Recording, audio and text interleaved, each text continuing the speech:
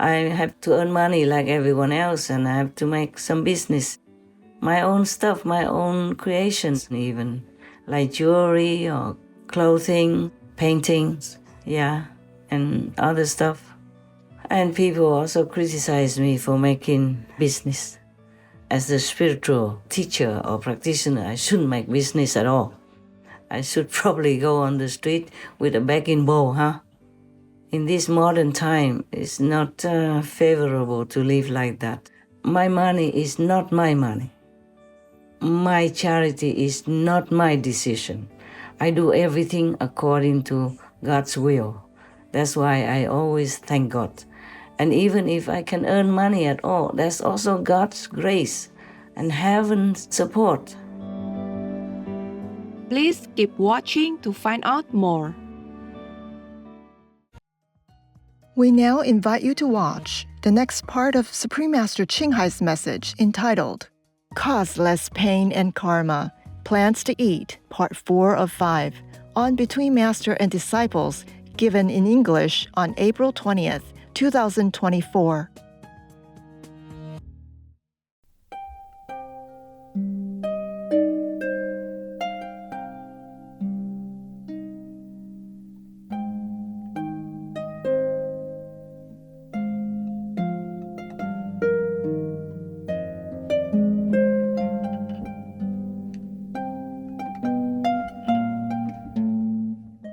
The physical problems sometimes are not as bad as the mental problems and psychological problems, all kinds of problems, because they don't know how to get out of the traps of Maya, of badness, and of, surrounding unfavorable situations and bad energy. Humans are to be pitied, truly. That's why God always sends His saints, His Son, to come down and help us, but not all of us listen. Most of us do not listen. That's why the world continues to be like it is now, and it seems to get worse at times. So we have more disasters, more trouble nowadays, and war from one country to another. We don't know what will happen next even. Most of us don't know. And even if the saints, sages, and the clairvoyant beings keep telling us, if you want to avoid more trouble, please do this, do that, live rightly, don't kill, don't steal. Most humans still cannot listen to that and practice those simple principles to keep themselves safe and healthy, normal, and a true human. On the contrary, they find all kinds of things to, slander the masters with, or to make them be harmed in any way possible. Since time immemorial, it has always been happening. You see how many masters, how many great philosophers, saints, and sages have been harmed in this world. You look at the list of history and you know, none of them had a good life at all. The real masters didn't have. The fake masters, yes. They have a lot of followers, a lot of wealth, a lot of people worshiping them and giving them all kinds of things they need. And they look good and healthy and happy. The real masters suffer. Only real masters really suffer. But in this world, what do we expect? Just a simple example. You work very hard, sweat and tears every day. Even when you're sick, you can't just always call in sick to earn just some hundreds of dollars per week. And you still have to pay taxes out of that. And if you don't pay taxes, then you might even go to jail or get your things confiscated, taken away from you. If you don't have enough money to pay for your rent or your mortgage, then you'll be out on the street sooner than you think. Things come unexpectedly, and then you lose your job, you get sick, you don't have enough money to pay for the hospital, then you're out. out of your house. Once you don't have a house, you can't get another job. It's so very difficult. But then again, all this hard-earned money of people who obey the law, respect the rules, and pay tax, all this money goes where? It goes to subsidize animal people murdering, to eat, and to, I would say, support war or go against war. You support war or you fight in war, all this needs money. And where is it from? Taxpayers. War and the animal people industry costs billions of dollars, sometimes just in a week or in a month, not to talk about a year. You can read on the internet, how much war costs every day and how much subsidies for the animal people industry cost your tax. Well, I calculated in my book the total subsidies that state governments and the federal government provide to animal agriculture each year in this country, and I calculate that number at about $38 billion. To put that in perspective, that's about half of what all states spent on unemployment benefits last year. That number is probably an order of magnitude higher than the number that people typically think about when they think about animal food production subsidies. But that's because, as I mentioned, in this country, we devote more than half of our land to raising feed crops, and we subsidize those feed crops heavily. So producers benefit from those subsidies. When we calculate subsidies to animal foods, we have to include subsidies to feed crops. That includes not just things like crop insurance, but irrigation subsidies as well that are provided at the state and federal level.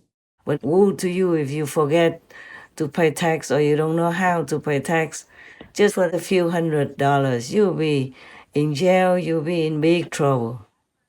But your money, your hard-earned money, doesn't have much benefit for you, for your children, because it's all burned in war or flushed down into bloody rivers, bloody lakes of the animal people raising industry.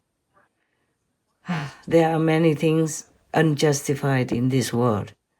Injustices are everywhere. We can't even complain. No one will listen to us. And good persons, like the masters, are more often than not, or almost always in trouble. People will frame them, will give them bad reputation, will do anything to make them fall any time possible. Or try to kill them, or, put bad names on them, all kinds of things that they fabricate or they invent in order to make the master die in agony or be in prison, or all kinds of things that would happen that are not good for the masters. Not to talk about whether he, she will even have followers who 100% believe in them. That's why Jesus died so brutally. Buddha has been cut on his toe and avoided death many times. Many other masters were not accepted by the normal system and died either quietly or publicly in such a way that you wouldn't think that even a criminal would have to endure. They die in prison by poison, or they die on the cross by crucifixion, or by assassination, or they die by being accused wrongly. And even their reputation also dies with them. And then later on, people build temples, they build churches, they build ashrams to worship the masters. But when they die in agony, no one could help them. No one could rescue them. Not that the masters care much about life and death, but if they are alive, they can teach us many more things. They can accompany us in our spiritual elevation and improvement, and thus make society more sane, more decent, more safe, more peaceful for all the co-inhabitants in the world. But the humans just don't leave them alone, don't give them peace and comfort to do their job. If you are a normal teacher, you get paid. Yeah, you have vacation time and you have retirement money even. But if you are a real master, oh, if they don't kill you, you feel lucky already. If you accept offerings from the disciples, then they would say, oh, you just teach them so that you can fill your stomach or have a good house. And if you make money, you make business to earn money to feed yourself and your dependents, or for doing your own preaching, paying the cost of all your teaching, then they will say, you are not the real practitioner because you're greedy, you want to make money, that's why you make business and all that. Yeah, so the master could never win in this world. Most of the masters die in agony like that, you know it. You read all of the religious history and then you know. Even I have my own similar problems. I have to earn money like everyone else and I have to make some business. My own stuff, my own creations even, like jewelry or clothing, paintings, yeah, and other stuff. And people also criticize me for making business. As a spiritual teacher or practitioner, I shouldn't make business at all. I should probably go on the street with a begging bowl, huh? In this modern time, it's not favorable to live like that. Even in Buddhist countries, people don't do that. There's still some tradition in some Asian countries. You know, they go out and beg for food once a day. And the followers of Buddhism would give them food. And in India, the tradition is still very normal that the monks would have no money and go around and rely on food or clothing offerings from followers. But nowadays, people follow all kinds of faiths and they don't truly keep the tradition. So I know many monks who are hungry for many days and don't have food. And even my own people, some of them criticize me to my face. Like if I want to give for some disaster or some organization, 20,000 US dollars, then they criticize me. They say, you must give 40,000. First they say 50,000. I say, no, cannot. And they say 40. I keep arguing back and forth like that. I say, I don't earn that much. I dress well, I put jewelry on and all that like a rich person, but these only because I create them. So they're cheap for me to wear, but they are not for me to keep. It's like advertisement. So people see what's new so they can buy. Because if I don't sell them clothes, if I don't create these clothes or jewelry, then the people who need them would also buy outside anyway. They would spend their money to buy jewelry outside anyway. And I think my creations of jewelry and clothing are very beautiful. So if they like to buy it, it's really worth it. They have to buy them anyway, either for me or from outsiders. It's the same. And all this money I use for Supreme Master Television or for disaster relief, I use what I have. I can't use more than that because I don't want to owe the bank anything. I use within my own means. But it doesn't mean I have a lot. I do have a lot, but not like overly a lot. We have enough to spend, a little bit more than enough. But you never know. Like in a pandemic, I have to spend a lot without earning anything much because people don't come and buy stuff. For example, like that, for rainy days, everyone, not just myself, need to save some money. We say save it for rainy days. We all know that. And I always have to take care so that our Supreme Master Television, for example, will continue. Our spreading of the truth and Dharma will continue. And our charity, whenever people need some disaster relief, we contribute as much as we can. also as much as heavens allow.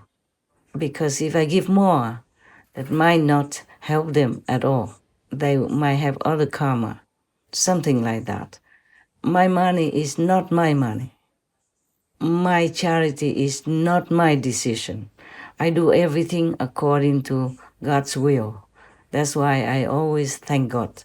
And even if I can earn money at all, that's also God's grace and heaven's support. Many people who may have more talent than I do, they also make jewelry or clothing, but they don't get that much money, or they may not succeed in making business. So everything is God's will, if I succeed in earning money or not. Everything is according to God's will, whether we could continue Supreme Master Television or not. I don't like to take donations. I don't like to ask my followers, my disciples, my believers to give me anything, because they also have their hard lives. I never know how much any of my disciples make. I never ask them how much they make. I never ask what they do for living. Nowadays, because we have Supreme Master Television, we also introduce what they do, so that people don't think that we are sitting there waiting for the government to supply us money or eating your taxes. For example, like that. We do everything openly. That's why we have to say what the hosts do and all that. Only if the host or the personnel, the team people permit. Otherwise, we don't make them be hosts if they don't want to. All of them, they personally want to do it. Also, we don't give their information, not the whole complete information, to protect their privacy. Yeah. So you see, if I earn money, people also criticize. If I give money, even my own people criticize, telling me why I give so little. I wish I could give more, truly like that. I am very shy and embarrassed that I can't give much more. But we all do what we can, right? Yes. So they should not criticize me for giving little or earning money or anything like that. We all have our own karma to fulfill. We all have our duty to do. That's the way it is in this world. Nah?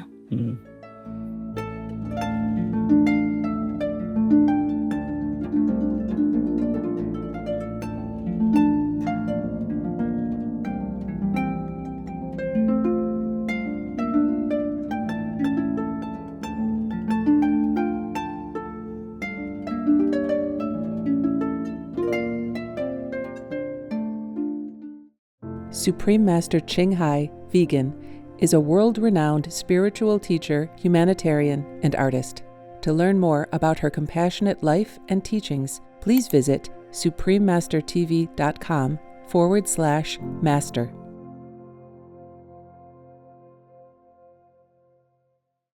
Not only are we hurting our environment by raising meat, but we hurt ourselves when we eat it. The Venerable Geshe Topten Pelche, vegetarian,